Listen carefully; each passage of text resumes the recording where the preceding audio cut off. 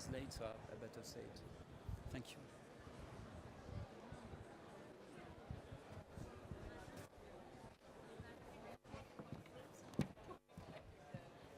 Next time I hope I see more.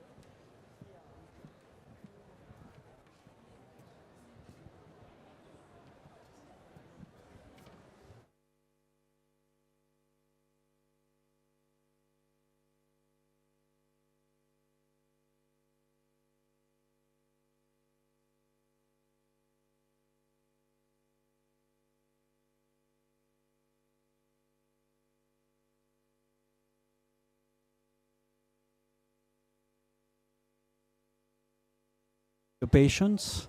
We are just learning that the minister from Luxembourg is on his way, so he should be there. We'll start in 5 minutes. I'm sorry for the delay.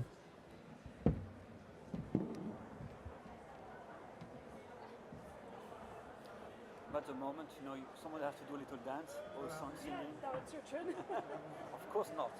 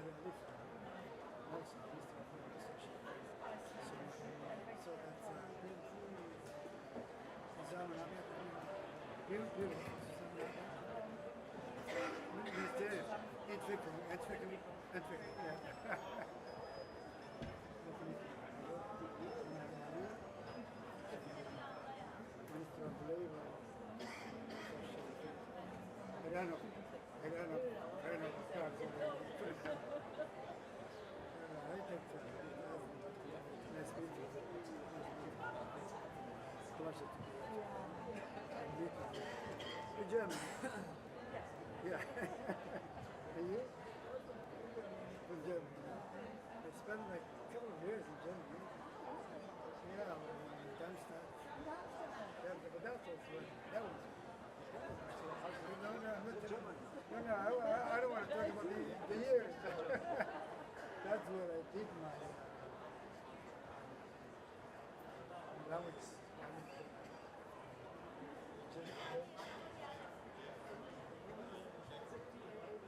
In Mannheim. Go to Eastern. Go to Eastern. Go to Eastern.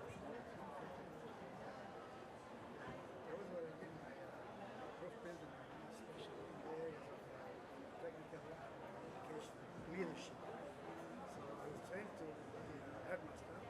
Sure I did. And I did that. Yeah, for 3 years in Germany. No.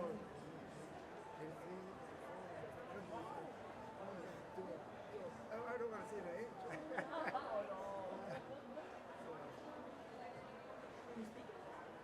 Ambition is fulfilled. Ambition is fulfilled. Ja, das ist eine lange Zeit mit Kika. It's fear so earlier, yeah. It was good. I was really German at the time, believe me. Because when I did finish my course, I had a test. Deutsch and Spanish certificate. Certificate German is foreign language. It was even the I haven't practiced it. It's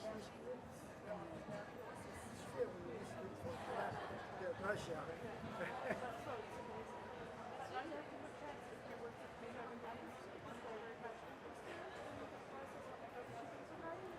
Well, yeah.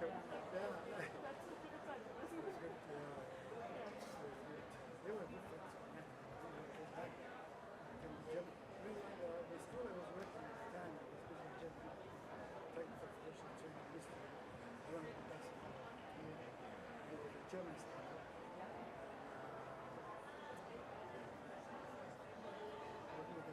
The embassy also.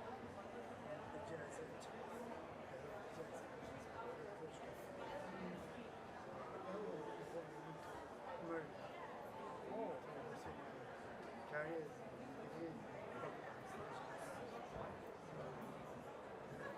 Now in Somalia, 25 years. never did the job. But they'll tell you stories. No?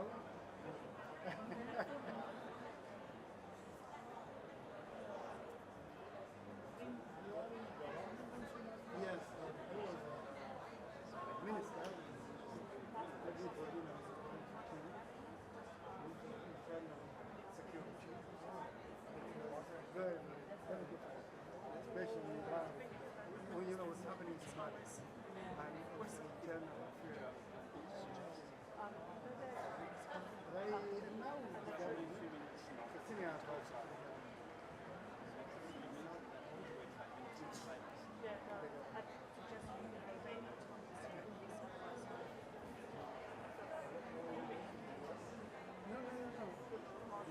No, I was. My family is here.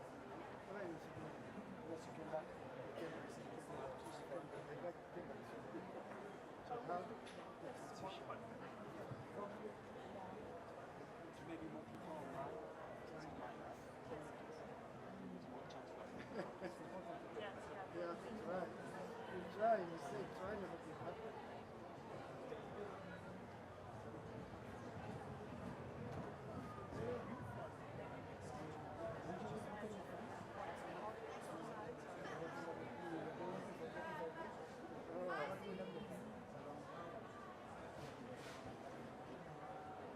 Yeah, it's helping us in so many ways. Big, this case problem was education, modernization, modern education,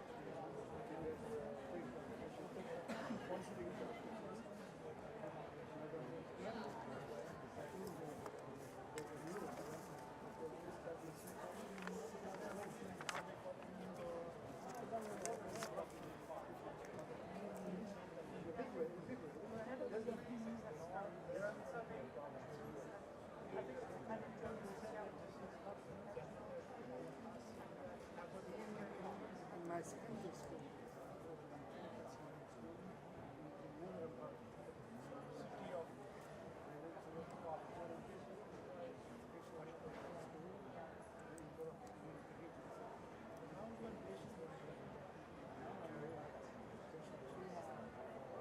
later I changed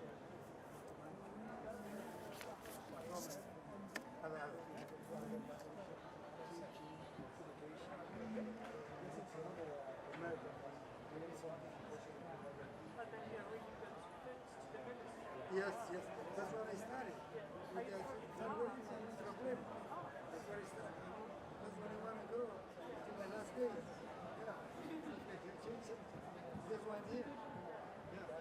So what is your future work? In the ministry, it's my number one. What I do for that policy, also governance, also labor, employment, all these areas.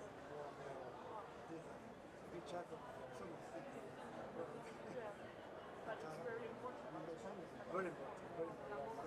I work with the office of the Prime Minister. Also, in those areas. I do, that's right. It made me qualify to make sure that I'm going to find just give it.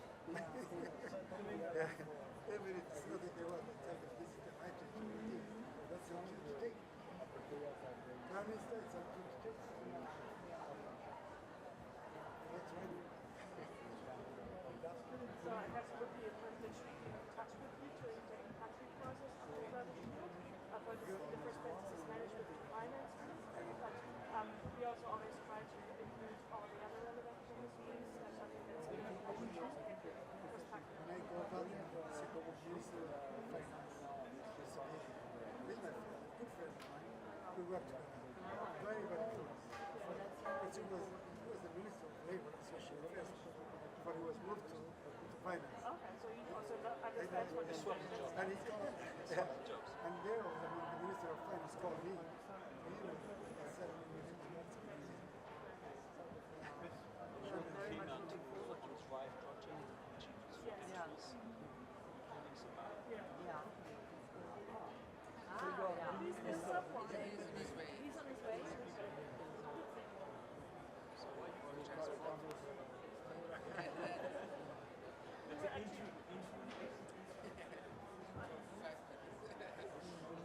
We were actually joking because that was always in the title.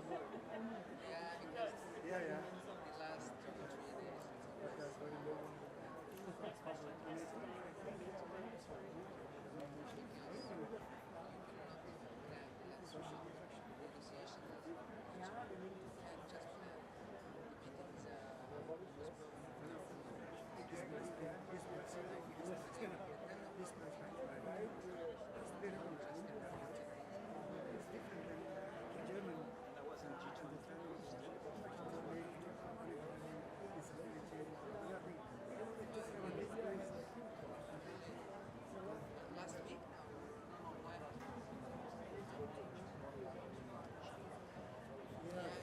Rearrange fine. That's very, very.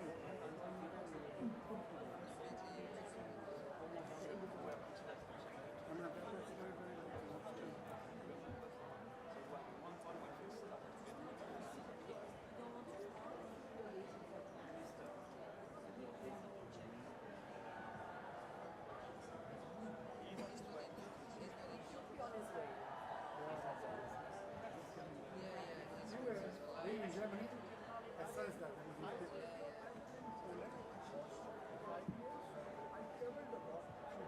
Germany.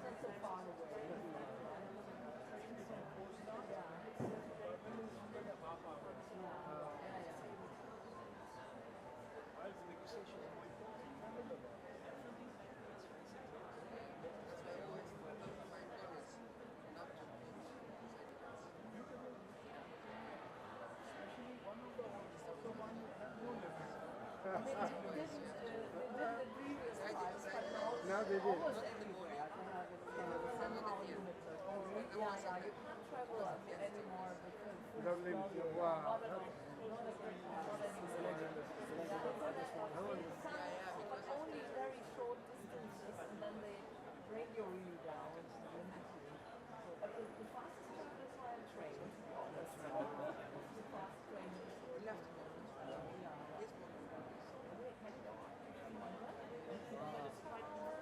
They don't need.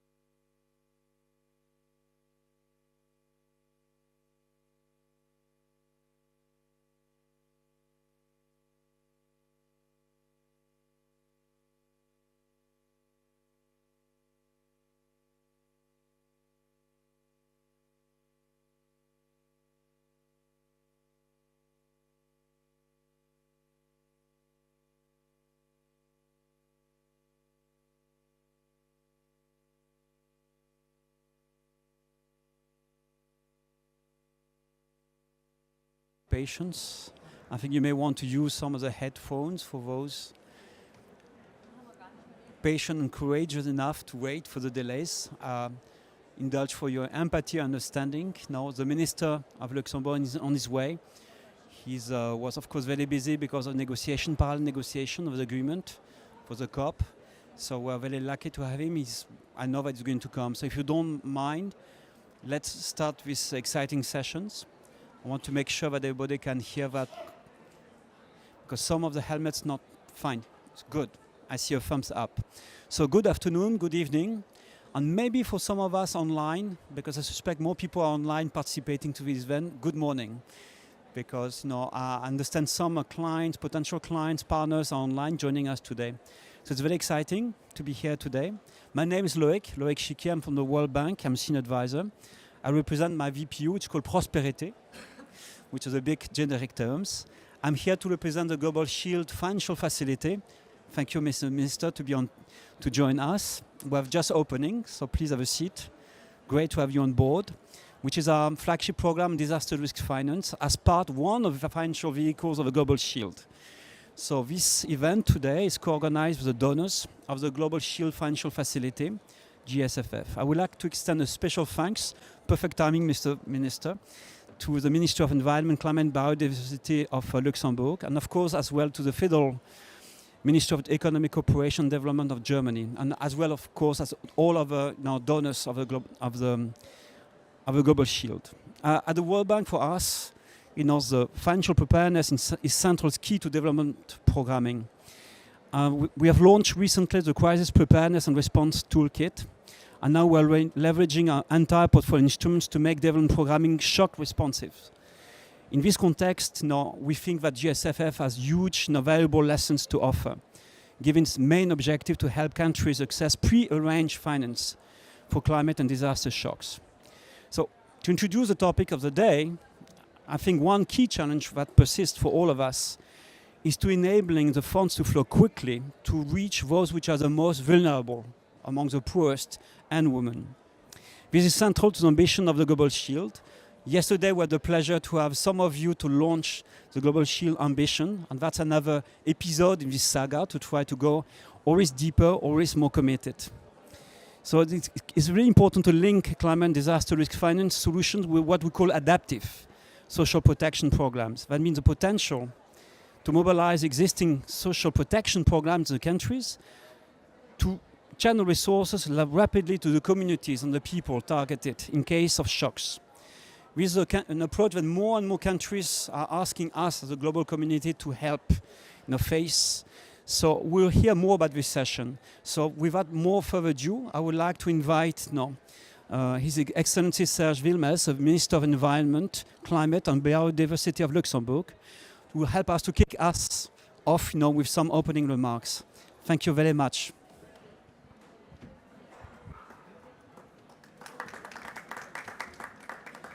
Thank you. I will have to kick off this event. Thank you to Mr.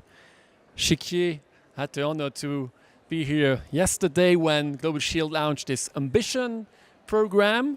And today I'm pleased to announce the new window, Disaster Risk Financing for Adaptive Social Protection within the GSFF, that will help bring to scale our efforts to link finance to adaptive social protection. We're also very pleased that the World Bank is a key player and that is hosting the Global Shield Financing Facility.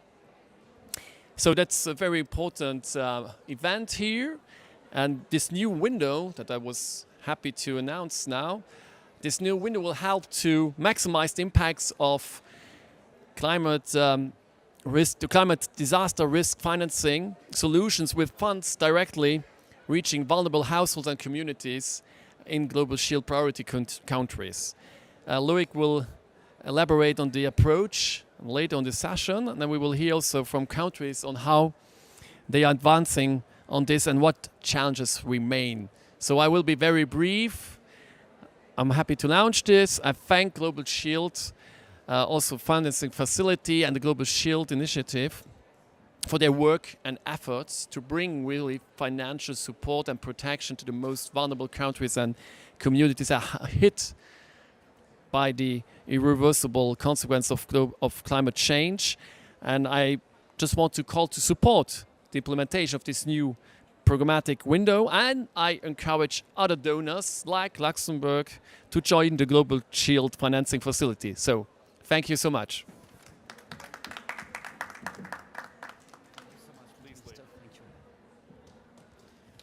Thank you. Thank you so much for this official announcement. We're really great, very grateful and very excited about that. So it's really exciting news that GSFF donors have agreed to set up this new programmatic window.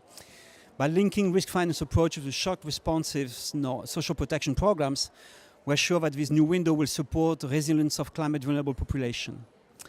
This window builds a lot of experience built from different partners, like of course the World Bank, but also the World Food Program, which have supported a number of countries over the past years. So we're very grateful for that partnership. Just give 2-3 examples before bringing my esteemed panelists to the main floor. Couple of examples: Malawi, 21 million GSF grant supported the development of 2 financial windows, a contingent fund and a sovereign risk transfer solution. All of them linked to the national safety net. This is the key thing of the day. So when there was a big crisis last year of drought in Malawi, we're capable to provide 12 million very quickly from these 2 instruments to support about 142,000 households at the moment when they needed this help, really. In Morocco, it's a bit different an example. We took a different approach to protect different segments of the population. There was a household insurance program to protect households, those which are better off, which can pay an insurance premium, right? And there was a solidarity fund which protected a sort of same kind of a really very valuable protection insurance mechanism for free to the most vulnerable who could not pay for that. The interesting thing, and we put a parametric reinsurance policy all in that. And it was tested. It was tested by the 2023 Marrakesh earthquake. And we were capable very quickly to put, to disburse within a week, 3-4 days, $300 million, when it was really. So now we're rebuilding the reserve. But it's a kind of example, very interesting, because the poor were not excluded. They were absolutely immediately benefiting of this kind of development. So we have a sort of strategy, Mr. Minister, in free access. And our panelists are going to elaborate more than me. We will support integration of ASP actors and priorities in the Global Shield in-country process, which is led by the Secretariat, and in the risk finance dialogue more broadly. 2, we will provide financial and technical support to implement financial solutions linked to these ASP programs. That means automatically to tailor financial solutions which are different from one country to another. So the key thing is to be able to quickly disburse, right, when the shocks happen. And 3rd, we'll promote capacity building, support country ownership. So let me bring to the, if I can invite now my distinguished panelists to join me on these seats. Thank you very much. While they get seated, I'm just going to briefly introduce them. Thank you very much. With no particular order, Mr. Zulfikar Yunus, who is the Additional Secretary at the Ministry of Environmental Coordination from Pakistan. Very pleased to have you on board. We are very pleased also to have on my left, your right, Dr. Mahdi Mohamud Ali, who is a Senior Advisor at the Ministry of Labour and Social Affairs of Somalia. And if I may say, Your Excellency, you are also the former Minister of Interior of Somalia, so you have a double capacity today. And Mr. Marc Regnault de la Motte, who is the Deputy Director for the World Food Programme of Madagascar. So we are in fact 3 very important client countries represented here. So maybe I'm going just to go and start, and I will sit with you now and ask a few questions as a way to kickstart. So to start with, I'll start with Mr. Zulfikar, if you don't mind. Pakistan is no stranger to many impacts of climate disaster shocks, including in very recent history floods, right? What has been in a nutshell, your government strategy to provide financial support to the poor and vulnerable affected by these disasters? What solution are you trying to put in place so that these events do not impair their life and livelihoods? I think we have 2 microphones, but I'll give. Thank you very much. Perfect, thank you. Thank you very much for inviting me to Benelux countries, organizers, the minister. Very warm welcome to all of you to this panel discussion. So essentially, as just mentioned by Loic that Pakistan, we have been among the top 5 vulnerable countries due to climate shock in the world. And since we had faced so many, disasters due to climate change in the past, so we have build capacity within our government setup, and also we are taking support from our developing partners as well. So in 2022, just to give you an example of the disasters that we faced in the past, the recent one was in 2022 where 33 million people were affected, and almost 1/3 of the country was under floods. And World Bank and UNDP, they estimated that it cost almost $30 billion of economic losses to the country. So with that huge, impact of these disasters, Pakistan has to be very resilient and has to prepare itself very well to face these disasters. Because as you know, the climate change is there, real, present, and will go further worst with the passage of time. It will not abate unless we do, of course, some really major steps in controlling greenhouse gas emissions. So Pakistan has essentially a few outfits which are actually there to handle the disasters.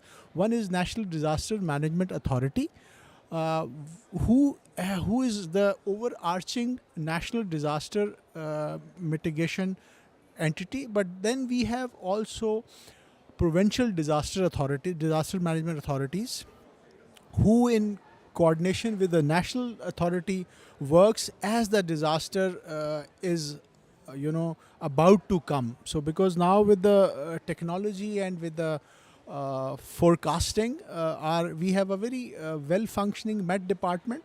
So we get the information, and we also get how to handle the situation, because we make the plan very quickly with our NDMA. And then we also have to fund the NDMA activity. We have a disaster risk management fund also, which is funded by World Bank and some other development partners like ADB and other countries. They are helping NDRMF with the funding. But essentially, from the insurer point of view, from we didn't have any instrument. So yesterday we had our request for support for Global Shield. We finalized the whole CDRFI and handed over it to the director Nilesh, and Madam Astrid is also here. And this is basically we did it. The in-country process that we undertook for Global Shield was very comprehensive, in the sense that we have 6 federating units in Pakistan. So Pakistan is, let me also elaborate, that is the 5th largest country in the world by population, with 250 million people. So we have 6 federating units. So with the help of UNDP, with the help of Global Shield, and with the help of one of our own internal outfit, which is called Sustainable Development Policy Institute. So we formed a kind of a working group among these entities, Ministry of Climate Change being in the lead. And then we went to every province. So and then we consulted the local people, and we asked them about the nature of the disaster coming to their particular region. Because if you go to north, so we have in the north we have glaciers. So Pakistan has the after polar region, the largest land mass of glaciers there. So there they have this GLOF, which is glacial outburst, because of the glaciers bursting. So glacial lake outburst. So suddenly before that glacial outburst, you never know what's happening, and suddenly a lot of flooding comes, and whole of the villages they are drowned in the water. So we, with the help of UNDP, we started this GLOF project. So what it does is they have transmitters and radars which help to basically give an early warning to the locals. And then they have trained the local community under this project to be ready to face the disaster. So immediately they evacuate the area, then they take their essential belongings, so that if they are in a makeshift area, they can survive there. So all in all, this is the strategy that we are following to face, and hopefully with the Global Shield there, we are hoping that Pakistan, being the pathfinder country of Global Shield, we are the first in Asia to submit our request for support to Global Shield, and second, I think, in the world.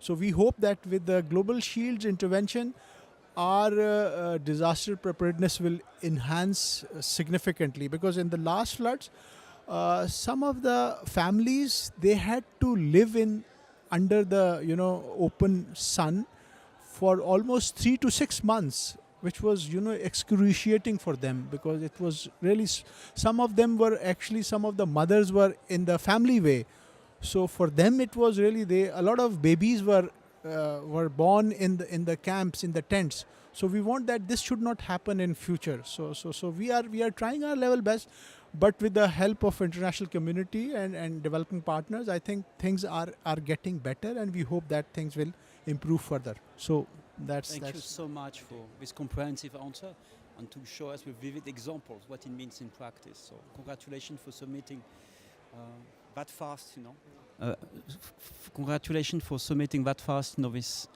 application, and thank you for your very elaborate answers showing many different examples.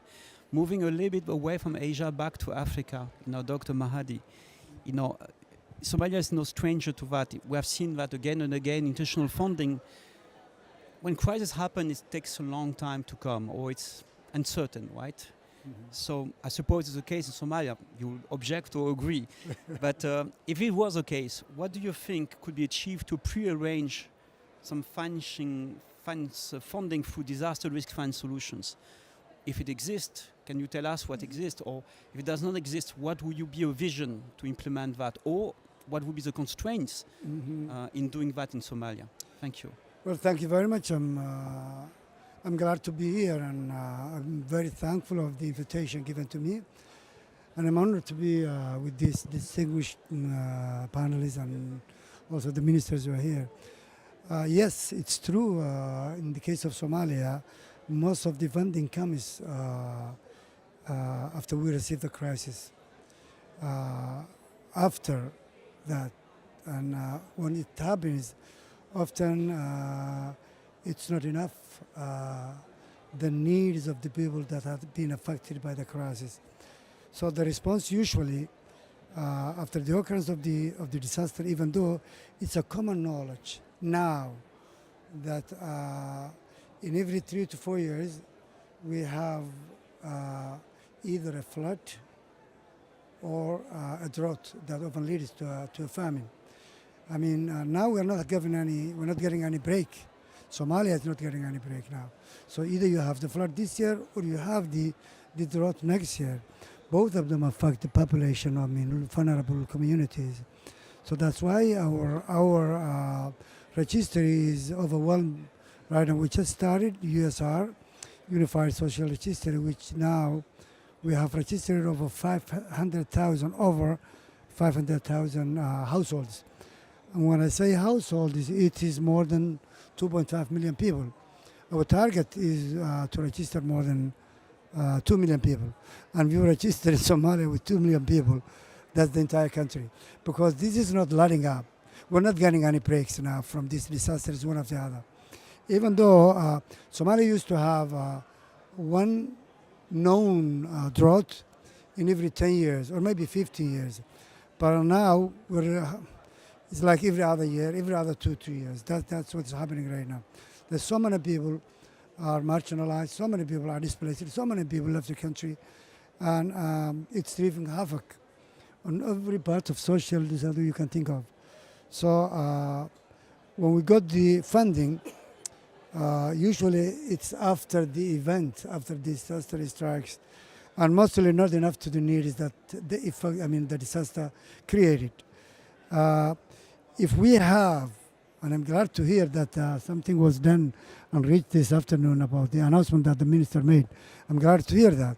If we have some kind of a prearranged or contingency funding in place, we can ensure that resources are available immediately right after the crisis, or allowing for quicker response and also for quicker recovery efforts to happen. We have that, but it's always late when we get those kinds of things, and oftentimes it's not enough. So depending on how you devise or design the mechanism or the risk finance mechanism, you can either preempt, or maybe right after, or even during the disaster. You can work on that, so you can have a better financing, better planning, and more predictable follow of funds, and reduce the uncertainty that is involved or entails. There are a few constraints in that. One is the coordination, and also the data. These are the two things that are you don't have it a lot. I mean, if you don't have this, then it's very difficult to plan for what's happening.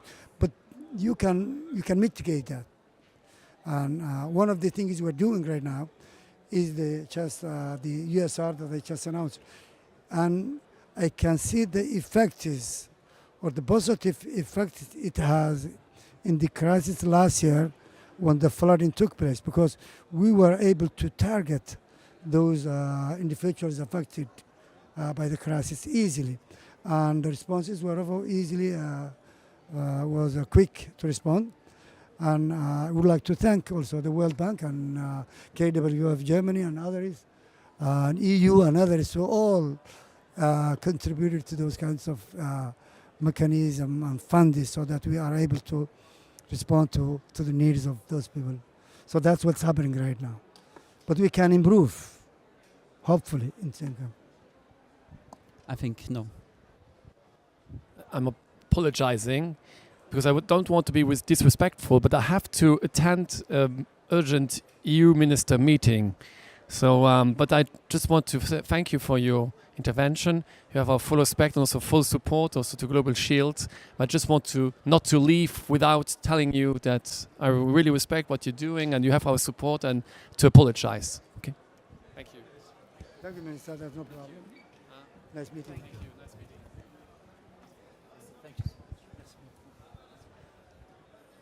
Thank you so much for your support, Minister. We wish you the best for the negotiations. For this COP, no, it's very important moment in the COP, no. So we really appreciate the time you could give us today. Maybe shifting a bit gears from a very different perspective, right, Mark? The World Food Programme, you have been playing for years and years a key role, working with governments to provide life-saving, basically, assistance to the poor and vulnerable people.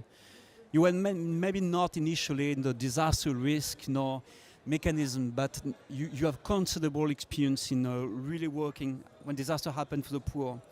So how have you leveraged this kind of disaster risk finance solutions to really lift up and maximize the impact of your interventions?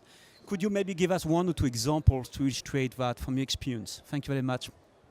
First of all, thank you for inviting me to be in the panel, and it's a real honor for me and a pleasure to be here.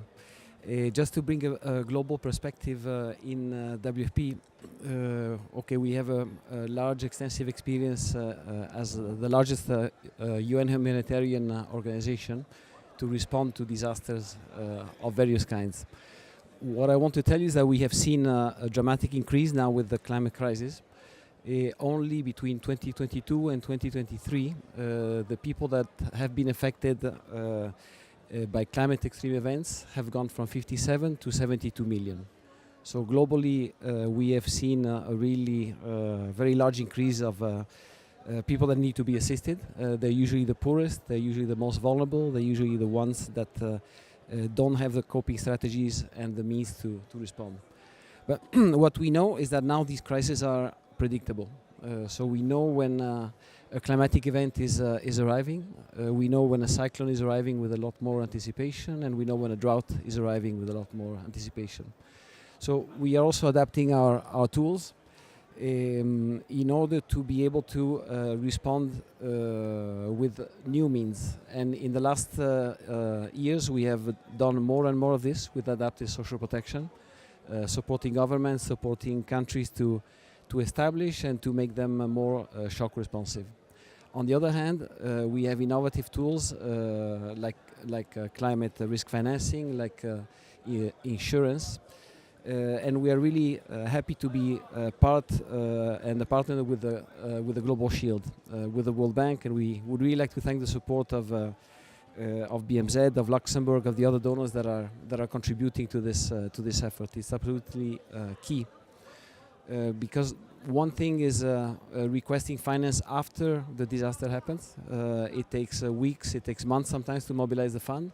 One thing is to mobilize or to underwrite insurances that allow you to mobilize the funds basically even before the disaster strikes. So this is really a big difference in terms of the timing and the scale at which we can mobilize the resources that are needed.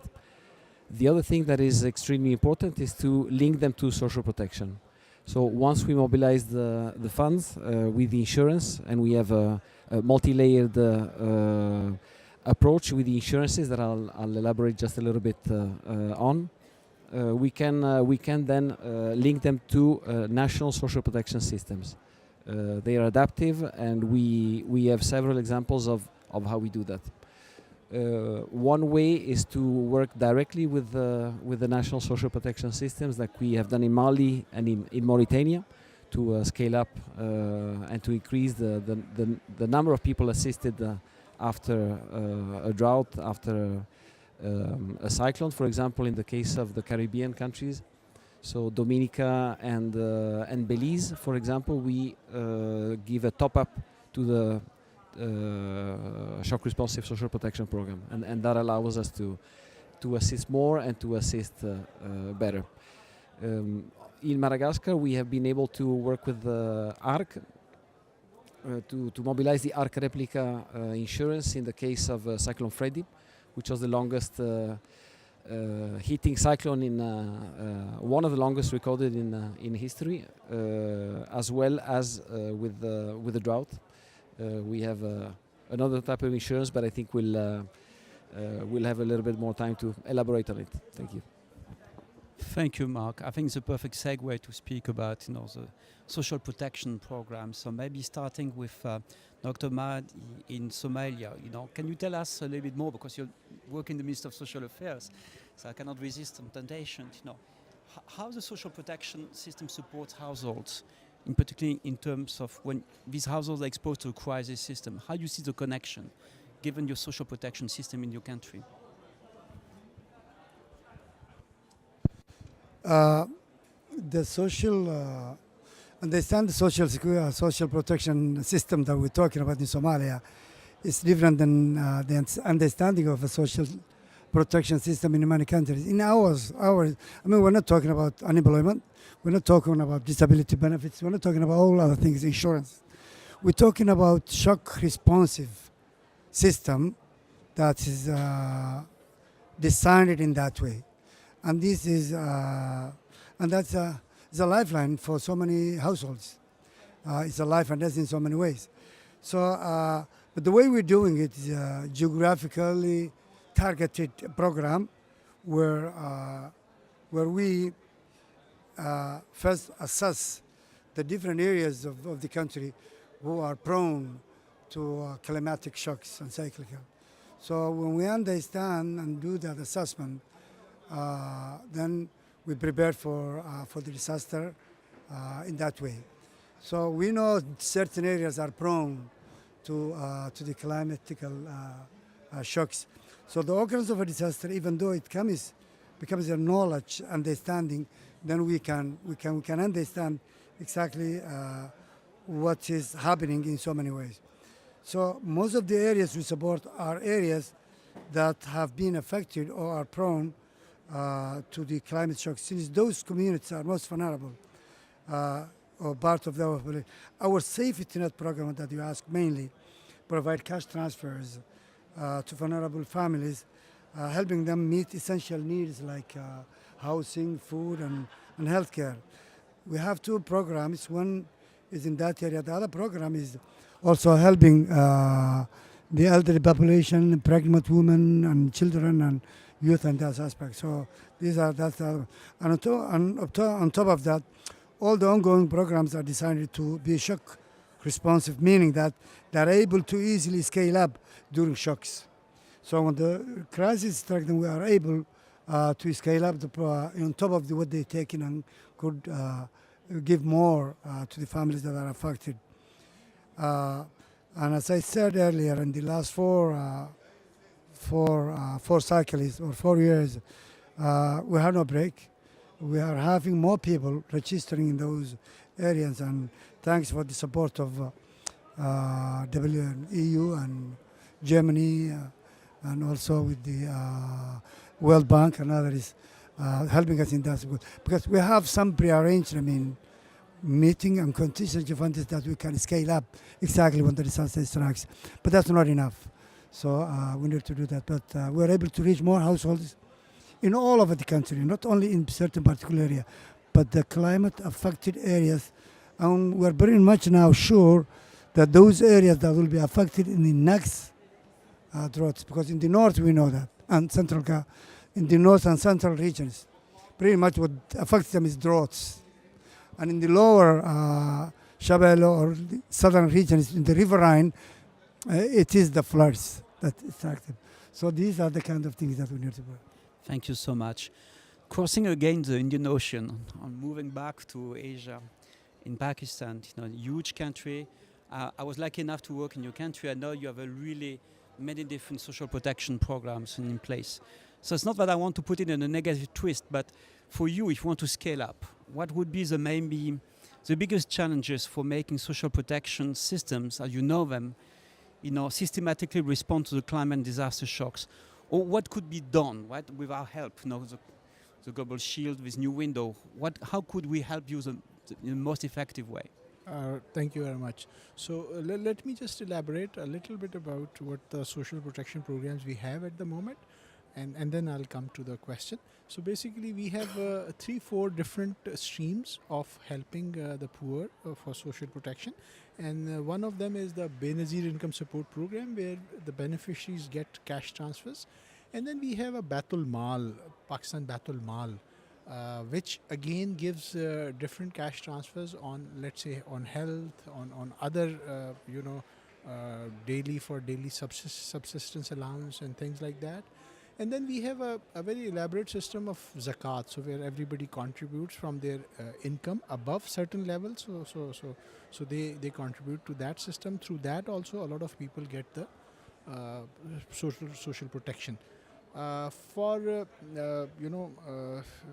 Global Shield, we were thinking that it's just a kind of an insurance program, so it could be kind of a reinsurer or things like that. But then we start discussing with the Global Shield people. We found that it's a very innovative solutions. They have very innovative, options available for us. So now at the moment, as I just mentioned, that we have so the process of the Global Shield, as you know, first we do the research on the existing literature available on disaster risk and the capacity and the different aspects related to resilience.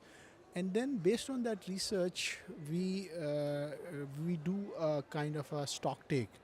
And after that stock take, we find the gap, where the gaps still are. And then to fill those gaps, we present our request for support. So these are the gaps that we need to fill through the Global Shield support. So we did the whole process, and now we feel that there are we are thinking of providing immediate insurance, because as I just mentioned, brother, you mentioned about Marrakesh that there was millions of dollars has been raised within a couple of weeks' time. Or less than a month. So we would like to have a similar system available through Global Shield. If a disaster struck, so the people who are affected by the disaster, they don't have to be under the sky, for months. So immediately they should have a place to be it a small tent, but it should be a place to actually spend a night. So that is our focus. So we are now talking to Global Shield for the next stage is that when we go back, we will invite the Global Shield team to design the different innovative instruments to help to make these things happen. So that's our plan. Thank you. Thank you so much, Zulfikar. Turning back to Mark, given your experience to work with so many complex, fragile economies and systems, how you will see your work, with governments and development actors like us to build lasting capacity for crisis response? Maybe the key word in my question is lasting, because we can do things on fix short-term issues, but how to build something which will pass a test of time. Okay, if I take the example of Madagascar, WFP is part of the social protection response. In a way, we have a country strategic plan that focuses on resilience, but also crisis response. So we provide transfers that are food or cash transfers that are considered part of the social protection program. But we also do provide support to the Ministry of Social Protection to the scale up of the strategy, the establishment of the unique social registry, and how to make their social protection system more shock responsive. So I think that these are the steps that need to be taken to make the system more sustainable. Is not only direct implementation, of course, it's also transfer of knowledge, transfer of tools that can help build up the national systems. And in the longer term, work directly through the national system like we do in other countries. In Madagascar, there are still a little bit of steps to take on the road ahead in order to have a, let's say, a robust, well-established nationwide social protection program. But what is there is being built up by the government, by the Ministry of Social Protection, in order to be able to reach goals of covering more a bigger segment of the population with mostly with cash transfers. This is working well in the south of the country, which is the area that is affected by droughts. That's where the need to be able to scale up rapidly is very acute, as well as in the southeast and east of the island where the cyclones hit. So that's another part where this social protection system needs to be agile and be able to respond to shocks. And mechanisms like the Global Shield really allow to respond even before the shock happens. Like I was saying before, this is essential. To give an example, we received the ARC replica payouts for the cyclone Freddy. This allowed to cover around 30,000 people almost immediately. Another payout that was received was with a contingency fund, always of ARC, that allowed us to transfer $1 million to around 133,000 people before the drought, so before the lean season. This is really helping these households, these farmers, to face the lean season even before it occurs. Thank you very much for these examples. I think they are quite illuminating.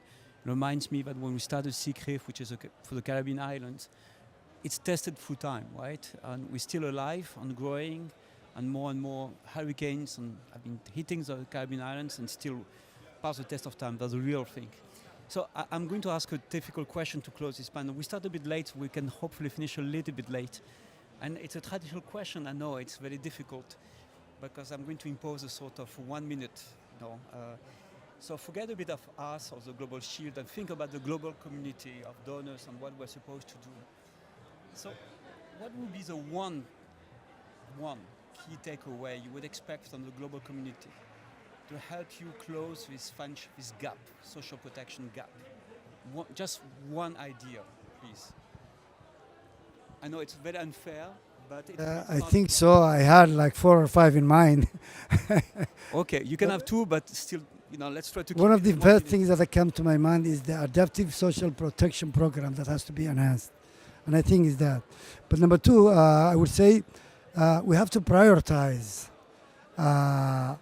support for low-income countries, and we have to prioritize them 1, 2, 3, 4 in accordance with the shocks they receive every year.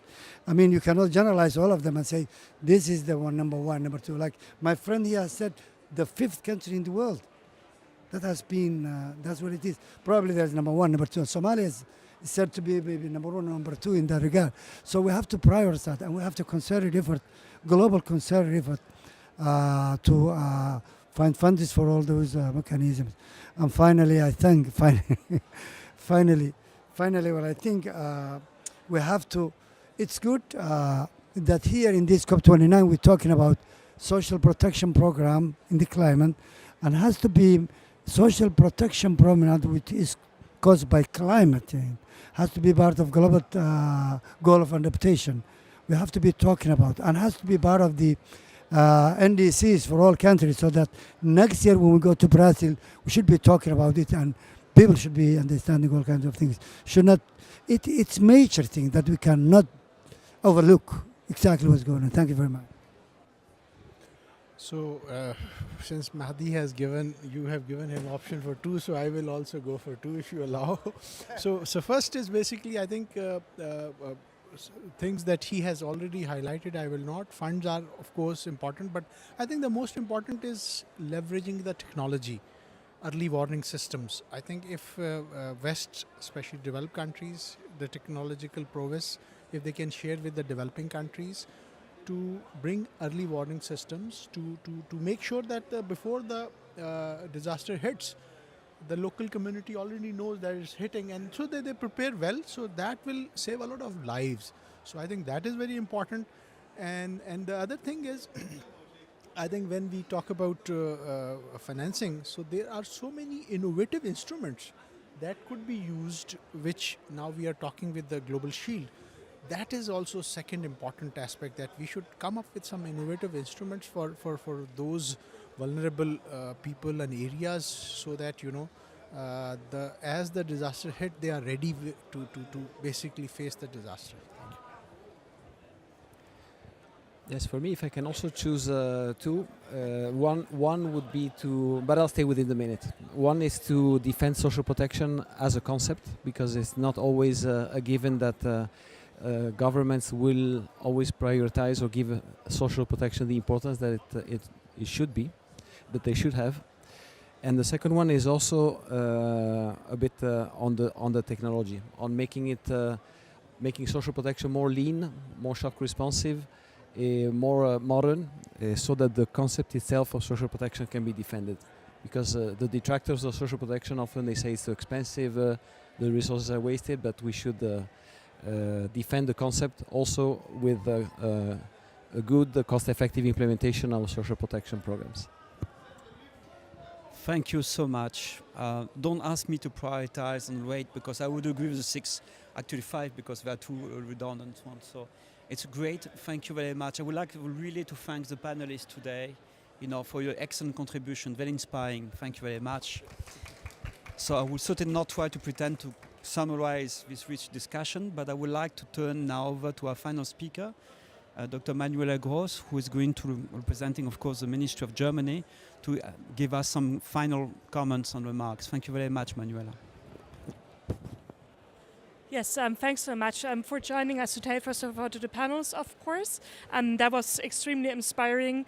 And also, honestly, I prepared some speaking remarks for Heike Mann, who cannot be with us, unfortunately, because of the ongoing negotiations. And I realized I've missed a very important part, which is the knowledge of our Global Shield countries, because with them, together with our partners of the bank and the WFP program, we will manage to deliver the best results and the best solutions for the most vulnerable people. So thanks so much for these very, very powerful examples you provided. And this also proves to me that we are on the right track, actually, to work with the countries, to have this country-led approach, and to have the right partners in the boat. So without holding you further up, thanks again. And I look forward to implementing the window with all of you together, and to be in touch with the countries and see how we actually put it into action. Thank you very much. Have a nice evening. Thank you. Thank you very much. Vielen Dank. See you later. I'm sorry. Thank you. Thank you, Manila. Ce qui est important, c'est qu'ils reconnaissent le travail. Thank you so much.